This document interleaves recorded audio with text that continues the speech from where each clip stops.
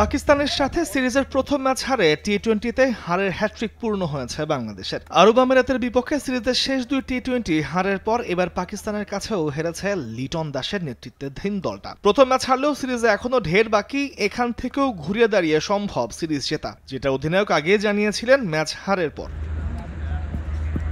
এবার তাদের ঘুরে দাঁড়ানোর প্রত্যয়, তাই লড়াইয়ের প্রতিপক্ষ এবার আর পাকিস্তান নয়, যুদ্ধটা নিজেদের সঙ্গে। টপ অর্ডার ব্যর্থ সিরিজের শুরু থেকে, আরব আমিরাতে বল হাতে যাচ্ছে তাই পারফর্ম করা টাইগাররা সে ধারাবাহিকতাটা ধরে রেখেছিল লাহোরের গাদ্দাফি স্টেডিয়ামেও। এবার হয়তো হাঁটতে হবে উল্টো রথে, দায়িত্ব নিতে হবে শরীফুল, সাকিব, হাসান মাহমুদদের।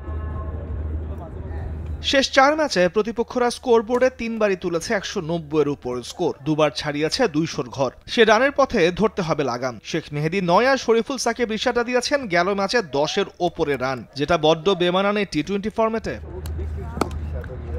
আরব আমিরাতের বিপক্ষে ইমনে সেই ভুলতে যাওয়া সেঞ্চুরির পর আর কেউই দাঁড়াতে পারেনি ব্যাট হাতে। গেল ম্যাচে লিটন আশা জাগিয়েও পারেননি ক্যাপ্টেন্স রোলটা প্লে করতে। তৌহিদ হৃদয়ের ব্যাটের ধরন নিয়ে উঠেছে প্রশ্ন। টপ অর্ডারের ভালো করবার কোনো বিকল্প নেই সিরিজের দ্বিতীয় ম্যাচে জয় পেতে, সিরিজে সমতা আনতে। তা না হলে সে গেল বছর যুক্তরাষ্ট্রের বিপক্ষে টি-20 সিরিজ হারের যে রথটা চলছে, সেটা হয়তো এবারও থামানো যাবে না।